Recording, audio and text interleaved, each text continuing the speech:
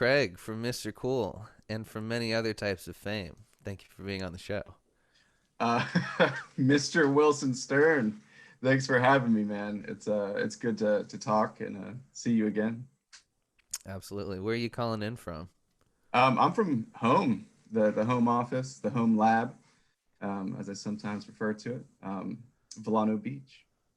Yeah, I can see you got some instruments on the wall there. We're probably basically in the same corner of our homes, respectively, you know?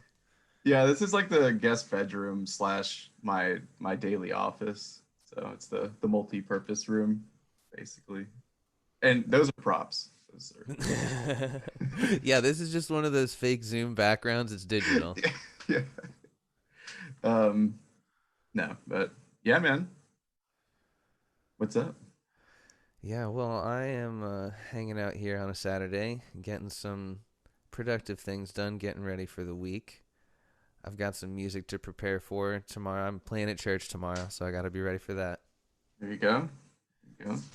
So I've been playing my hymns dutifully. There you go. You got to be purified in the right mental state. You know, Exactly, got to be exactly. ready. Yeah.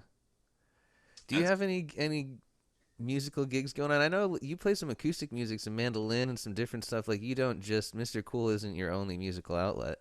yeah. No, lead guitar is my first instrument, but about a year ago I picked up mandolin. I've got two projects that I play in. One is Salt and Pine, which I haven't written any songs for that. I basically stepped in a year ago. Um, Matt Kirkland was the mandolin player, and he went off to go do his own musical projects, and I got asked to fill in, which those are some big shoes to fill. He's a great musician, but I've been enjoying that.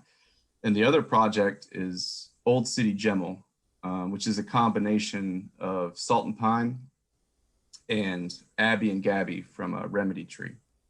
So we're making some new music. We were actually this past weekend in Gainesville at Pulp Arts. So we laid down three songs last weekend. So Oh, that's awesome. You were very, very close to where I am right now if you were at Pulp Arts in Gainesville recording. yeah, I wish I could have had more fun, but it was like a studio day, where Oh, it I know how it is. Yeah, I'm sure from the minute you're setting up gear and you don't know exactly when your moment is going to be, so you better be ready. Your stuff's got to be set up. yeah, I got a cooler ready and like I went to the gas station. I got like snacks. I got like energy trail mix. I Good got idea. yeah, so I didn't even have to leave. So, but yeah, it was uh it was cool. It was good. I'm excited to hear um those tracks and our man Danny, the engineer there, he's great. He's awesome. So Danny is great. I think, well, he performed with us or alongside Mr. Cool as well when we performed at Swamp City. Am I right? yeah, Wasn't that his project? yeah, yeah, that's super cool. I talked to him after he played, and he's like, Room 13 is like that band that's for bands. You know what I mean? Because they're like so far out there and experimenting and doing just purely what they want. Like I admire that. Because sometimes you just write songs that you think people want to hear, but they're writing songs that are like experimental and like I don't know, at least from my perspective, I'm wholly entertained. I agree. Yeah, experimental, but still somewhat like anthemic. Like they're still a pop group, even though they're like very, yeah, music for musicians. Hmm. Yeah, Yeah, I had a lot of moments where I wanted to give them, well, and did give them standing ovations at that show. yeah, yeah, they're great. They did a live performance over a visual art piece at Flagler College. So I got to see them do that. Kevin from Kevin PM, he made a video, an art piece, and I got to see that with them playing live music over the top. So it was a cool experience. That sounds awesome. Yeah, and there was pizza. So yeah, yeah. That's good, man. You got a violin back there too. You play violin at all? Uh, that's a fiddle. I try, because the tuning is the same as mandolin, but it's tough. The bow, it screeches. I'm not too good at it. I do play it, but only when no one's around. Oh yeah, I've attempted once or twice, and yeah, that's exactly it. Just producing a tone to begin with can be Mhm. very difficult. And there's no frets, Oh so my gosh, don't even get me started. Oh, so fortunately, since we're in, this is the very beginning of the first video season of the show. And so I expect that a lot of people probably the first time they hear this will actually be after our second interview. We'll be somewhere in the future. We'll be in the like 20s or 30s of episodes, yeah. and people, cuz usually it's like an exponential line, so it's more likely, especially at this phase, that someone will see both. So we can get really in the weeds about stuff, and I can ask questions that are just super specific, because if someone wants to just skip along, that's fine. What they're really here for is what they've probably already heard, which is going to be the newer. We're going to be souped up. Who knows what we're going to be? Tech wise, it's going to be better. Content wise, it's going to be better. It's going to blow this out of the water. So I can ask questions like this: how do you navigate the extra whole step when you go from one string to another on the mandolin? Like, because you can't use the exact same scale shapes from guitar because it's not mostly fourths, it's fifths. So did you just practice? Do you do four notes per string? Did you like, how do you make it work? Okay, so mandolin for me, it's kind of like at first it was a mind melt because I pictured the guitar scales if you took the neck and spun it that way because it's G D A E, right? Yes. So the notes are the same, but the scales are upside down. So in my mind, I know where the scales should be. They're just upside down. So That's super interesting. So yeah, because there's one of two ways to picture it. It's either it's the normal way but stretched out, so every string you have to go farther than yes, no, please take it out, bust it out. okay. So basically what I'm thinking, so let's play like A minor, right? So I Love know, it.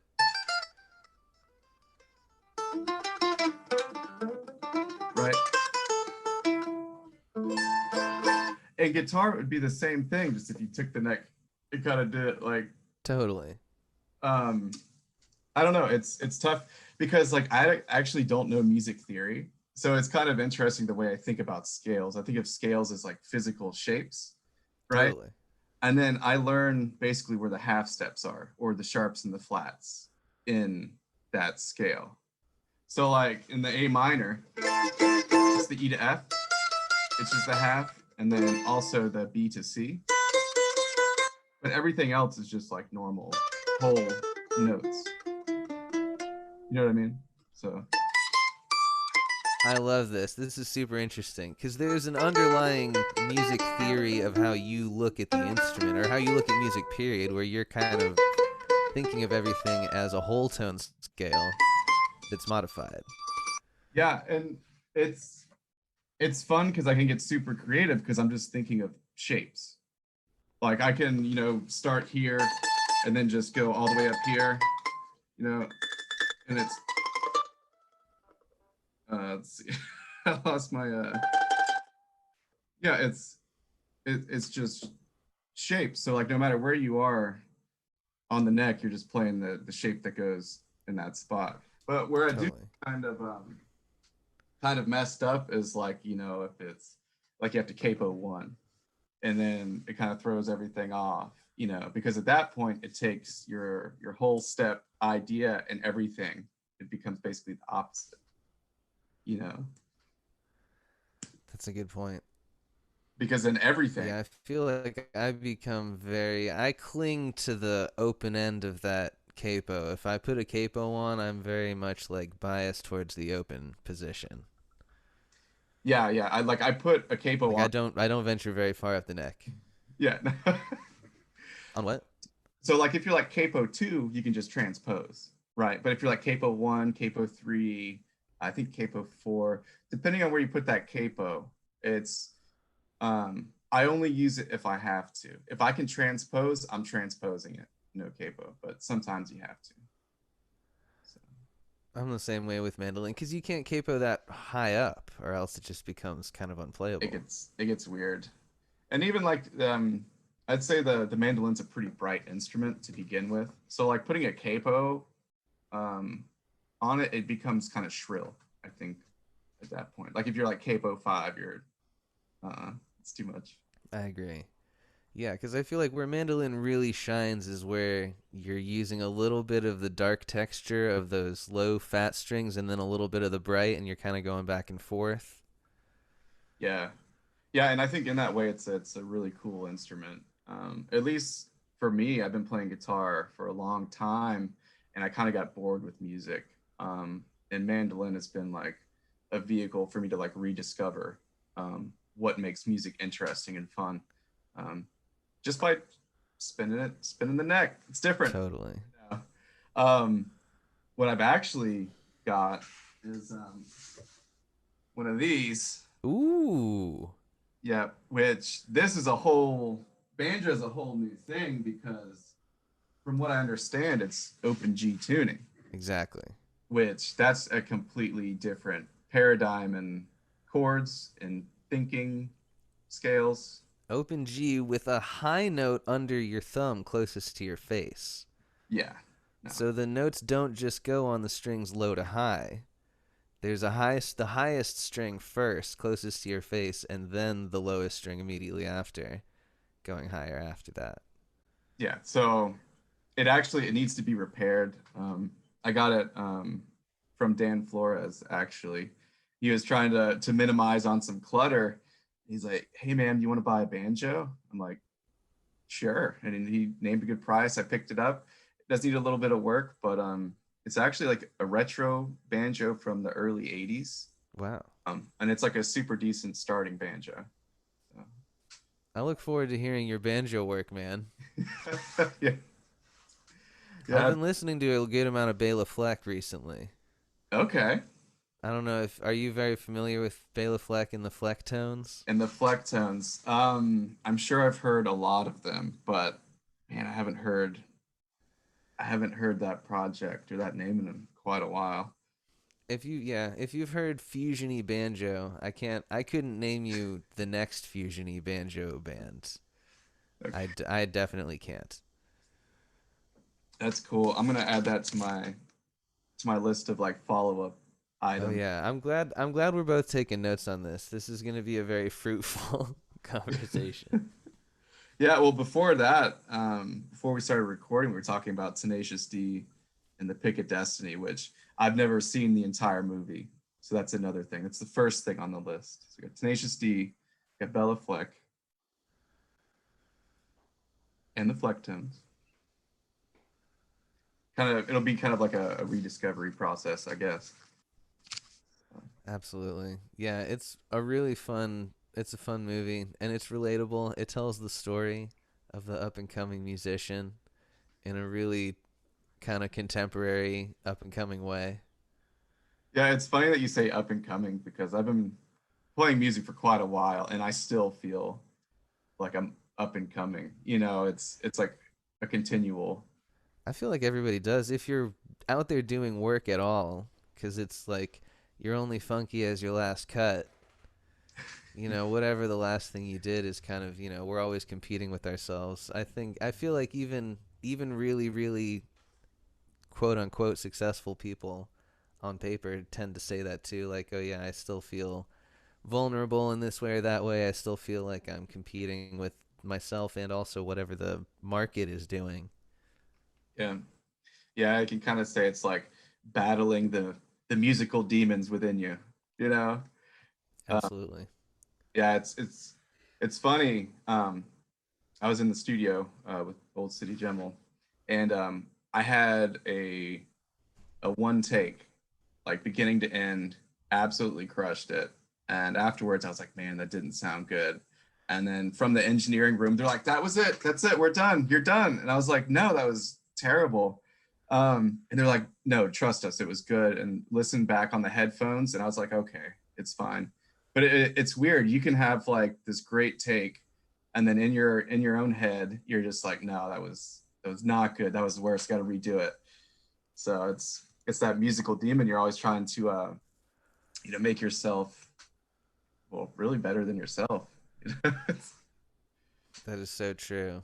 And it can flip so fast because our perception can be one thing and then something else can happen and you see it a whole different way. I Mm-hmm. it's really hard when it's the other way around, when you feel like you really crushed it. And Oh. then you either hear it back or even worse, you get notes from someone else that you did not crush it. And Mm. that's like those are the most helpful, juicy moments in terms of getting better, but they're also like the most emotionally difficult. Yeah, the critiques are tough. My musical approach is I see it as a hobby and like an artistic avenue.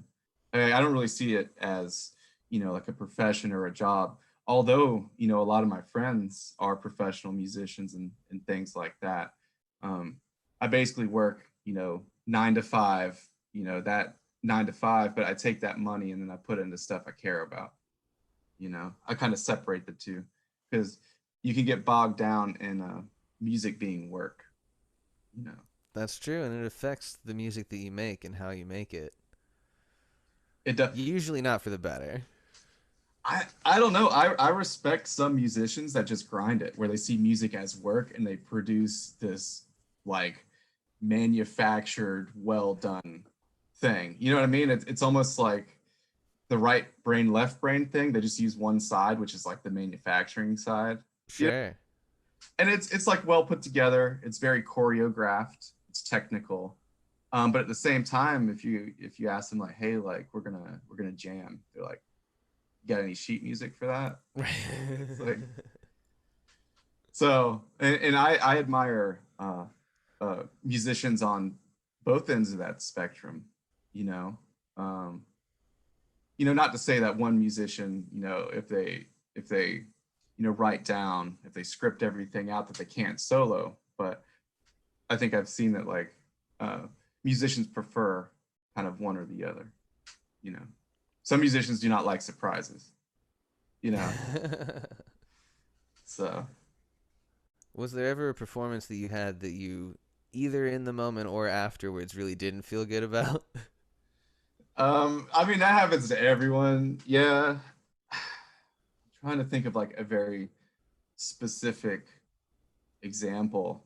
Um, well, I can't think of an example specifically, but I used to play in a band called Roll Out the Guns. I was like 20, 21, younger guy. Um, and when we would play shows, I would basically black out because it was pop punk, high energy, drums, loud guitar and everything. And I'd basically like black out and I wouldn't know what I played during the show.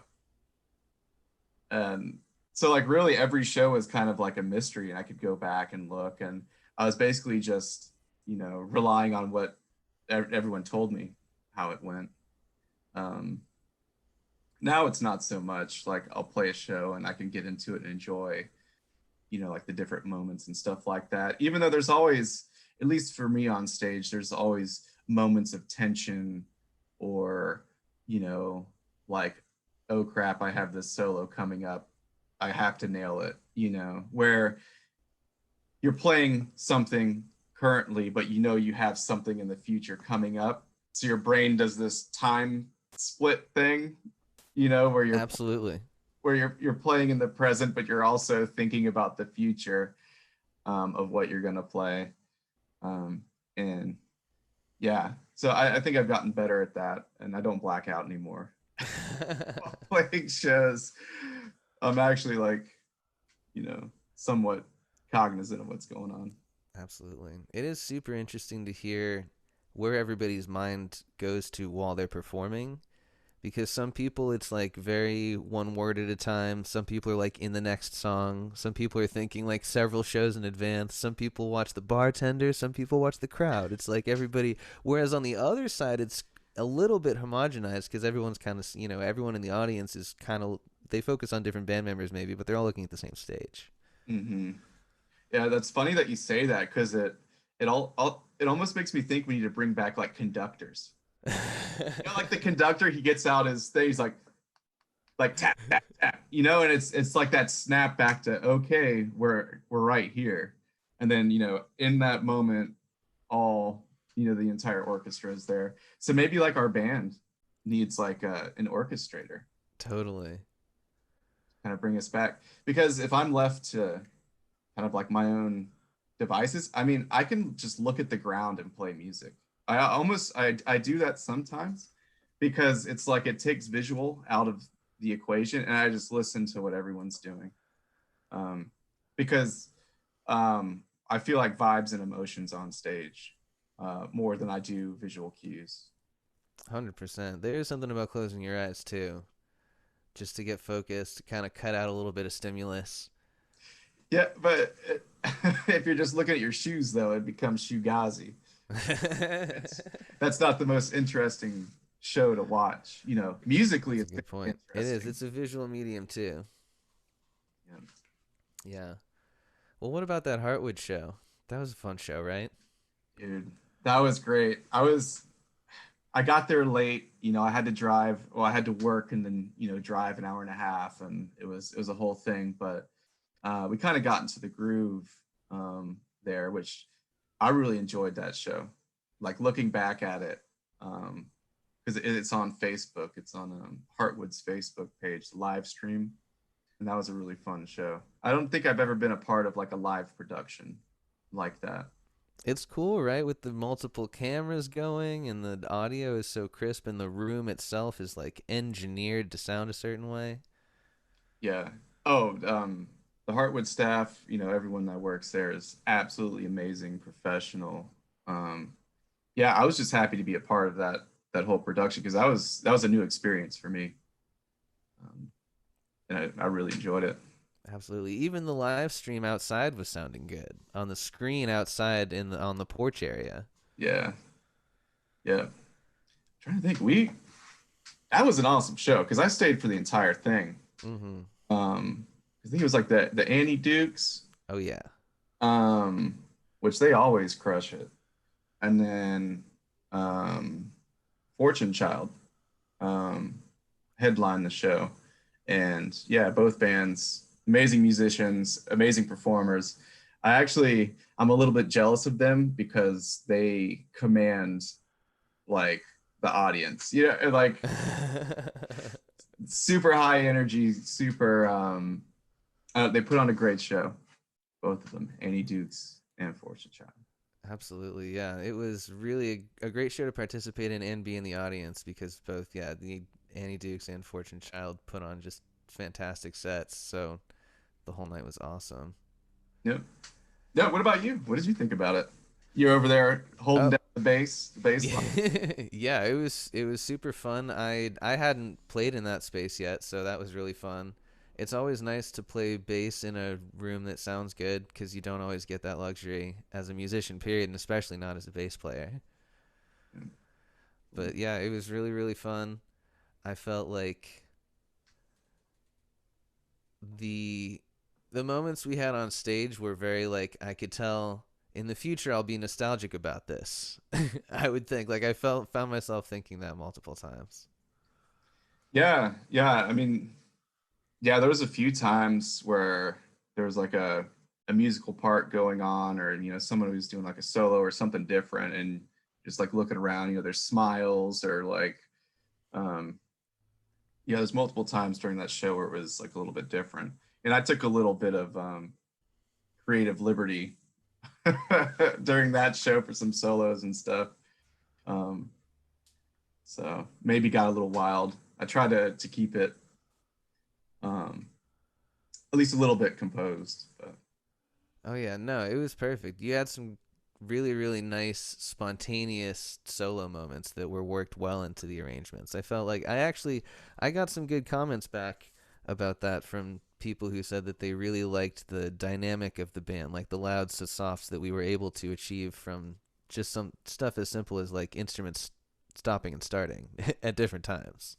yeah, Yeah, we actually Mr. Cool has a lot of dynamics in the music, and it's meant to be like that. It's not a monotone band. I mean, um, you know, from rhythm, speed, tempo, volume. I mean, we try to vary, you know, a lot of those different aspects of music to create a good musical experience. I'm always, trying to improve and be better. And I think one of the places we can improve is, the entertaining, the performance look aspect, because I just think about, I want to create a good musical experience. But some people, they want fireworks, they want smoke, they want, me to do a backflip off of my amplifier. So those are some things I might try to incorporate. Yeah, I Um, want to see some crowd surfing. I want to see some guitar flips. Someone's got to get in the giant hamster ball. yeah, yeah. I'm picturing that at Heartwood, just Oh that yeah. ball going on inside. Um, but yeah, that was a cool show. Yeah, and then the Bash is coming up in November. That's the next big. We're basically on the road to the Bash. We are, yeah. Mavis Staples, Drive By Truckers, whole bunch of awesome acts that I'm excited to introduce you to from Gainesville Yeah. and Mr. Cool. Actually, I was just thinking I haven't blocked out my calendar. I'll have to like disappear. Block it out. You know what Everybody, I mean? listeners, everybody, block it out. Everyone's got to block it out. When is it? Let's see. It's November 4th. 4, 5, and 6. Yeah. And it's at Depot Park, Gainesville. So, Yeah, which is very close to where we were in Gainesville at Hartwood. That's the park, like down to the roundabout. Take you a left. That's Depot Park. Big outdoor area. Really, really nice path for like running. I see people rollerblading too. That looks fun. don't, was that a segue into rollerblading? Yeah, should it be a segue into rollerblading? Dude, I was hand me down a piece or a set of rollerblades. They were like 80s, like late 80s. They had like crazy like neon colors and stuff. And That's great. they were like size like 12. They're huge. And I was a kid, and I didn't have any like smooth paths like around my house.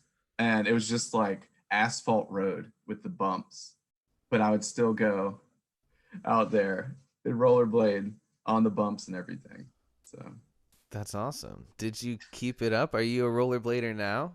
no, no, no. I tried skateboarding and stuff, but like I don't know, it hurts to skateboard. So I went into surfing, because at least like when you fall, it's a little bit, you know. Yeah, I saw on your Instagram you do a little bit of surfing. That's cool, man. That's very impressive. I have never been up on a surfboard. I don't have any idea what that's like. I've been on a paddleboard, but that's on very, very flat water. Yeah, I yeah. can't imagine if that water started to waving and churning. I can't even imagine. No, it's cool. If you want to surf, I'll take you out surfing. Yeah, Here in Florida, though, the waves, you got to kind of time it, uh, because like right now there's basically no waves. It's called Lake Atlantic. It just turns into a lake. It's very docile until you get like big storms and stuff like that. Um, but yeah, let's go surfing. I think you'd like it. I have been on a paddleboard in the ocean, and that was challenging. But we were not trying to catch waves, and there was not. If there had been catchable waves, we would have probably not gone out there.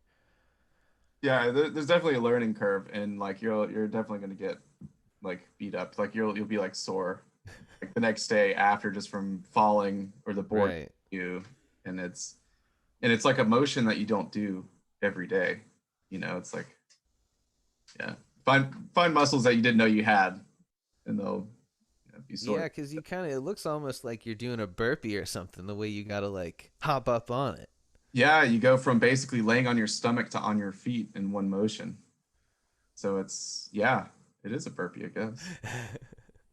So, yeah, yeah, there's a lot to it, but Come Yeah, we got to do Milano. that. Let's go surfing. Well, I'll top your roller skate segue. You know how people believe that, so some people believe that, okay, UFOs are aliens, but some people are like, no, UFOs are actually these like aquatic creatures that have been on the earth since time immemorial. You ever heard people talk about that? I made a little list here, and one of the first thing on the list topic is underwater UFOs. I'm not sure how you did that, but it's actually one of the things that I wanted to talk to you about, because Ashley has been talking about it, and I guess she watched like a full like podcast, like multiple hours long on underwater UFOs and stuff like that, or USOs, I guess they Yeah. call them. I don't know. I have absolutely no idea. Like I know that the oceans are like unexplored, essentially. Like we have some submarines, but they can't go very deep and, you know, all this stuff. So who knows what's there? I mean, the earth is 2/3 water. It's a lot of water. Imagine there's cool stuff. I don't Oh know. yeah, I think there's a lot of room. A lot of room for aquatic aliens. Yeah, yeah, and I was actually in the Navy, right? And I have observed some interesting phenomenon. Uh, One of them was may or may not have been aquatic, but we were in the water, And this is actually like Persian Gulf, and there would be every night essentially like a constellation, but we called it zigzag. It would zigzag down in the air, stop, and shoot straight back up, zigzag down, and it would be in the same spot in the sky every night, just doing a zigzag down, shoot up. And it was there for probably about 2 months. So the only reason I knew about it is because I would go smoke a cigarette after watch, and it would be like, midnight or super late. So it was like a cool, chill moment, just on the side of the ship watching whatever that was do its thing. That So, is so interesting, and you couldn't identify it. no, UFO. I unidentified. There you go. That's so. And the man, we've made it into the synchronicity zone too.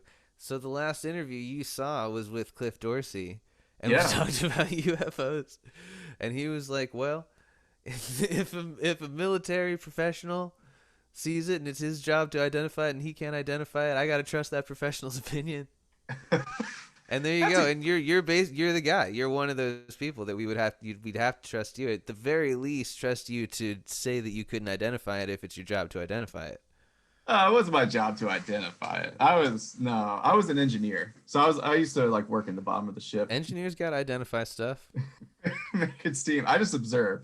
I don't want to place any meaning on it, because I don't know what it means. It's interesting to observe, but I don't know. I'm not going to draw any, conclusions from that. But after having that experience, you're open to more things being out there. Oh yeah, no. Because like with my limited perspective, I'm not going to be like those things can't exist because that's not my place to say that, Um, yeah, I'm like a very I believe in things that I can see and like interact with, right? And anything past what I can see, you know, it's sure, why not? It's kind of my perspective. Do you like to think about the possibilities of an extraterrestrial origin of humanity? How about that one? Man, that's I have no idea. Um, I pull back to like my religious roots on that. I fall back to the idea of a creator or a god, you know. So we get at least one alien. Yeah, at least one alien. Yeah. Nice. And I'm not saying how it happened, whatever, like to basically understand the mind of God, you never will because it's, unlimited, omnipotent, all of that thing. And I'm not even gonna try to say that I understand a little bit of it. But I mean, the possibilities in between, how we got here and creation are unlimited. So Amen. So you're not closed off to the possibility. no, not at all. Nice. Okay, well that's good. Well, I can check off the alien box then. One thing that I say it's part of the business plan is I'm supposed to bring this up, but I really haven't with anyone, but we'll go there is cymatics. You like watching videos of cymatics? You know what I'm talking about? They get the metal plate and they put some sand on it and it makes different patterns depending on which frequency on the plate because there's a mathematical ratio between the actual physical length of the wavelength and the length of the um, piece of metal. Yeah, so cymatics. Wait, we're going into business like for visualizations or something? Of No, we're just going into the topic. Oh, okay. Yeah, it's really cool stuff. It's kind of older technology because if you think about like Bose noise canceling headphones, if you think about what that's actually doing, what it's the noise canceling portion is creating the inverse, right, to block out the Right. frequencies. So Bose has been there for a little bit, with those. So they're cymaticing your eardrum. Well, they're trying to get, yeah, actually, yeah, yeah. But I mean, I'm pretty sure most technology, comes from military or, places of large money, essentially where they can do research. And I'm pretty sure one of their projects was that, cancellation of frequencies and things like that. No, I think you're right. A lot of that stuff is repurposed military technology. Like the compressor, you probably know. This is lots of good questions for you with this because you're a tech person and a music person. I can ask you about compressors, and I can ask you about how you power your pedals. You posted a nice little video the other day that I found very informative, and I hadn't really realized how you were doing that. And it's like, did you put that together yourself? I mean, I'm getting ahead of myself here, but you could talk about lots of techie music things. Yeah, for sure. I mean, I'm down to chat it up, and I'll let you know when I'm in the territory where I don't know. But my guitar pedal, yeah, basically, I went on Amazon. I got 4 lithium-ion batteries in the charging pack. I kind of deconstructed it, put it all on one board, and then put it on my pedal board. And my whole pedal board is running off of rechargeable batteries, so I don't have to worry about power on stage. I can charge it with a cell phone charger, and it works great. And it doesn't introduce noise because sometimes you can have like a noisy circuit, and it puts that 60 hertz buzz in there, but this eliminates one possible source of that 60 hertz noise. So To me, that's the biggest thing is that it affects the sound. Because there was a time that I would never have thought about that at all. Now I kind of think about it, but I don't know if I really do anything about it. But you're out there taking action. yeah. Well, some people even say that pedals, once you start reducing the voltage a little bit, it does change how the circuits react. So as the batteries kind of drain as well, the pedals can start acting and sounding differently. Like if you have a delay, it could mess with the time. If you have a distortion or an overdrive, which I use, that circuit is going to be changing as the voltage changes. So get some interesting things going. I was thinking about hooking up like a little voltage meter, so it displays like what voltage I'm at, and kind of maybe comparing sounds, as it changes. Yo, you should do that. And then in the future, when we have the Mr. Cool app, so like you go to the show and you've got your Mr. Cool app, which has all your like your merch deals for the day and all of that. Then you've also got like Craig's voltage meter. Yeah. And you can know like, oh yeah, this is gonna be a good show. He's like right under. He's at like 7.5 today. The Whenever sweet he's around spot. 7.5, yeah, exactly. Those overdrive pedals start to squeal just a little bit more. Yeah, that's great. Yeah, so that's like a fun project. I don't even know why. Oh, actually, I know exactly why. So the whole reason behind that pedal board was I was looking at these super expensive 9-volt power conditioners, right? And they're like 200, 250 bucks for like the number of pedals I needed to power and stuff like that. I was like, that's crazy. Like all I'm trying to do is get 9 volts. Like there's 9-volt batteries. I just, yeah, literally went on Amazon, 9-volt batteries, So I got the capacity and wired it up. That was my thought process, and I think it was like 20-25 bucks for like the batteries, and I've been using it for over a year now. It's worked great.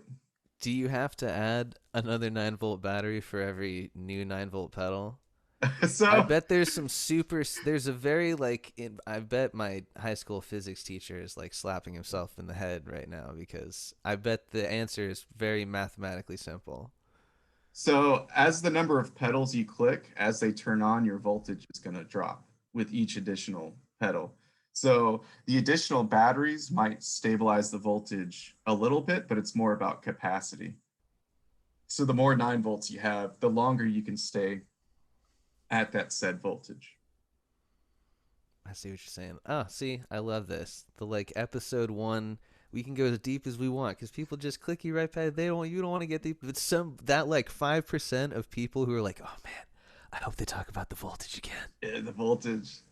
Yeah, dude, electronics and electronic theory is something that is absolutely amazing because even engineers, whenever they're making these circuits, they don't know how they're going to act until they measure them like after they're built.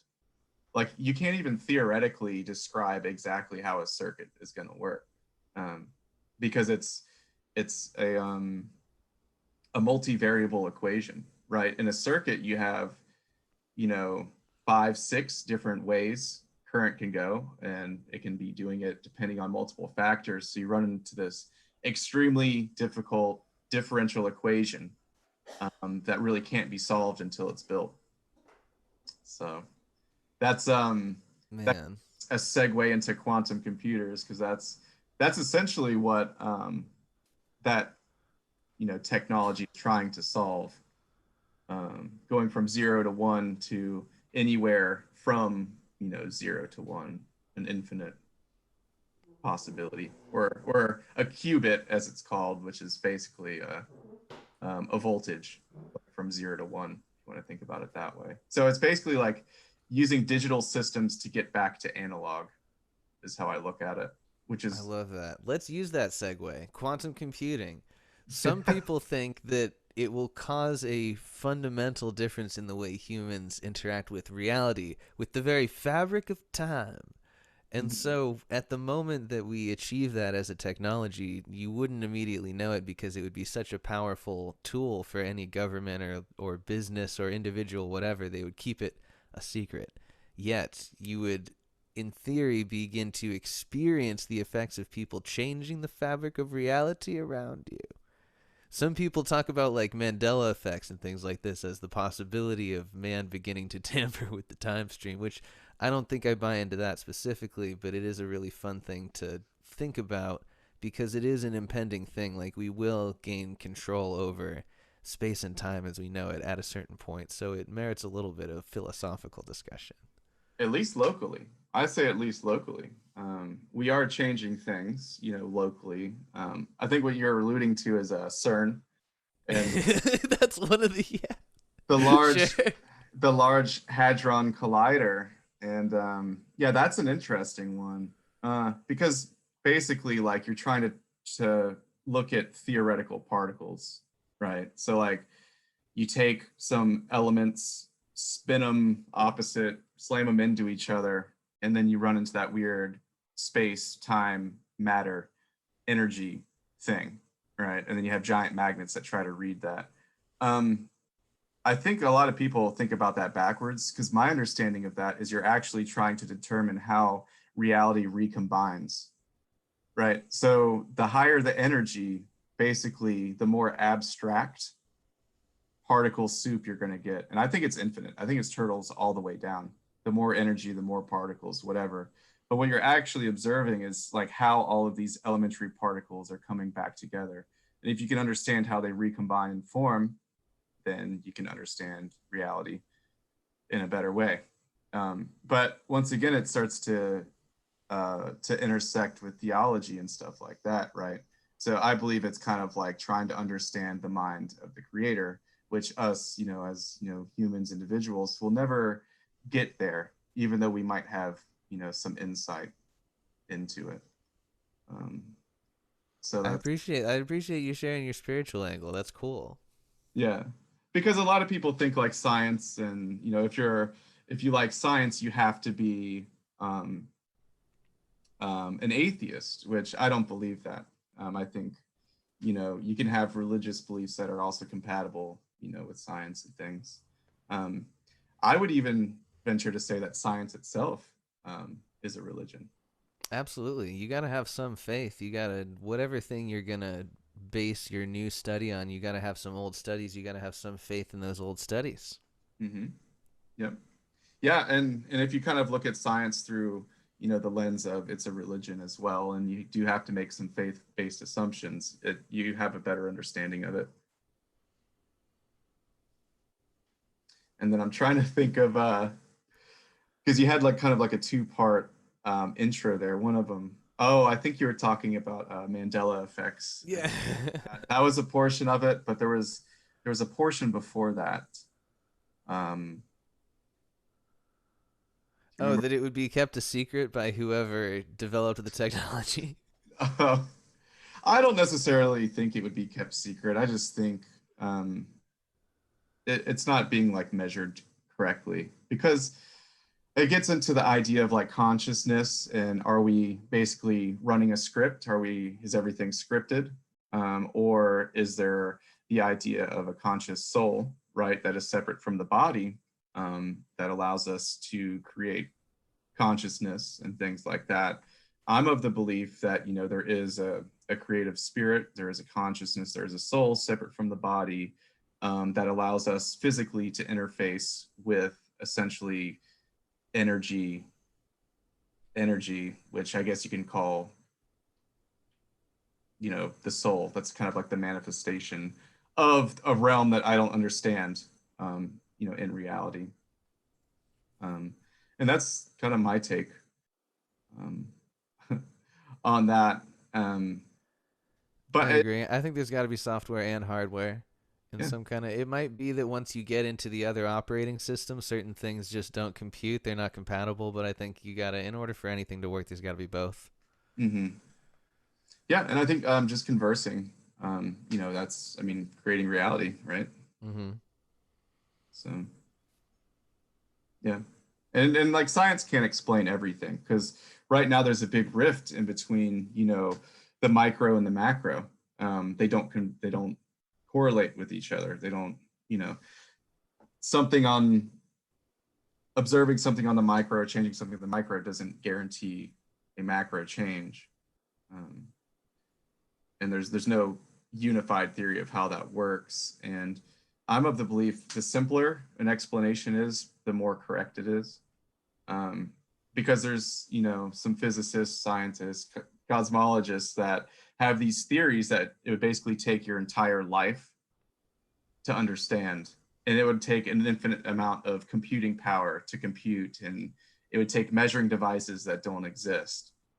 Um, but I think a lot of the answers are simpler than that, and that's where it gets back into religion. Just over time, these lessons, these caricatures, these different um, stories are meant to convey um, these ideas. It's not in a scientific readout, but it is in parables and stories, um, or spirits or ways of being.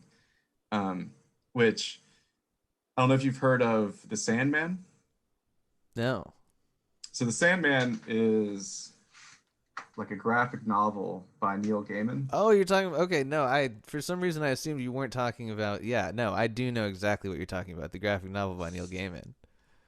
Yeah, and there's actually a that Netflix series has just been released. Oh, So I bet that's good. amazing. Yeah, super good. Check it out. I watched the first five episodes, and he does a really great job of, I don't know, conveying the spiritual aspects and also kind of tying them into reality and whatnot. So Absolutely. Yeah, no, man. Neil Gaiman, you want to talk about a thorough world builder right there? What I really liked was I liked his novel American Gods. You know what I'm talking about? Mm-hmm. I think Yep. we've talked about this before, but he has like all different gods and deities of all of the world cultures are all kind of existing on this sort of parallel plane and can sometimes come to Earth and do different things, but it's like each country has its own version of that deity because they get their power and their existence from like people thinking about them. Just like really, really interesting. And I like that because it's anytime there's a cool interaction between the magical world and the physical world, you got really fun possibilities. Yeah, yeah. He makes it personable because he takes things like, love or jealousy or like all of these ideas, which are abstract ideas, and he turns them into a person or a character, you know, and that allows you to relate to these kind of like more abstract feelings. Mm-hmm. Do you feel like we're doing that with music? Are we creating characters? Are we making stories in the same way that authors are? I would say, yeah, yeah, because we're taking emotions and then turning them into, physical sounds, frequencies, which are literally interacting, with people. So it's not oratory, I guess it's auditory. But yeah, it is creation. Um, yeah, I think they're analogous to each other, and that's the whole idea behind art. Whether it's writing, whether it's drawing, um, music, whatever sense you're using, it's taking an emotion, an idea, something that's not physical, and making it physical in a way that other people can understand it. Absolutely. It's like you're dipping just for a moment, you're dipping your hand into that stream of time and trying to pull something out and like express that to someone. Speaking of streams, have you ever been in a lazy river? A lazier, like at a water park or like at like a spring? Well, Either one. I have, yeah. That's cool. What was your vehicle? Were you in a tube? Yeah, I was in a tube. Jenny Springs is like a great place to go and float. Oh yeah, we when me and Cliff in the last episode we were talking about Jenny Springs because he's a High Springs native of 4 generations. Oh wow, Yeah, he's like Springs people. he's like Springs man. Yeah, and comes from train people as well. So High Springs, I learned so much interesting history. Man, High Springs was a train depot. That was all there was for a long time, and then this town sprung up around it, and then there came tourism and stuff from the springs and all this, and it built. And he tells this story about how he learned to play guitar in this music shop that was like in this little downtown center that like used to be the train depot. That's cool. That's great. Yeah, that's like history and where you come from. I think it's always good to remember that. Oh yeah. Well, because I know I'm right next to St. Augustine, which is, I guess, like the nation's oldest city. So even like going downtown and watching a band, you're in a building that's from the 1800s or 1700s or an area where people have been, since it's like the late 1500s. So, but yeah, my father is actually dispatcher, train dispatcher, and stuff like that. And he's worked his way up, but he uh he started when he was 18, working for the railroad as well. Wow, that's so interesting. This podcast is quickly becoming a train themed It's a train. podcast. Well, I mean that's industry. That's how you move things, transport, commerce. It's so important, you And know. there's such an important relationship between train people and music people. The blues is all about the sound of a train Hmm. rolling down the track. Yeah. Well, I mean, if you listen to a train go by, because like it has like a natural rhythm. And I mean, think about if you're on a train, 8, 10, 12 hours, you're just going to start filling in the gaps. Even like your speech might adapt to, what the train's doing. And then, you know, I don't know. I would definitely bring, an instrument on the train and, let's speed it up. Let's get the train up to, 5 miles an hour. Let's get that tempo going or, slow it down to, 20, 25 miles an hour. You get that change in tempo. So, That's good. Well, I'm happy to welcome more trained people, because so far I love trained people. I didn't know that I would ever have an opinion about trained folk, but so far, trained people are great people. Yeah, good stuff. I didn't go the train route. I went the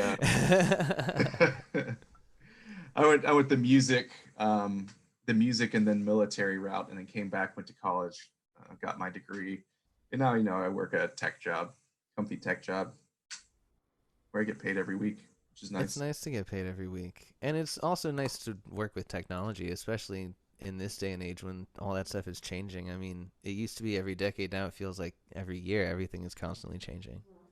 It's yeah. It's not even like a year. It's a constant. It's literally day to day.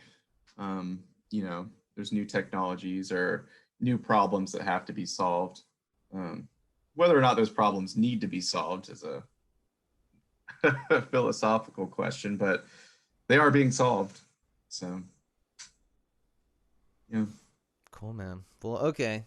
I can segue that. Speaking of solving problems, I Mhm. usually have people end these by just delivering their personal, like, positive testimony that's something specific to the time. Because I will probably release this, will probably be released today in August of 2022 in the real, in time. So, what's something that you feel like people would benefit from hearing, like, specifically today?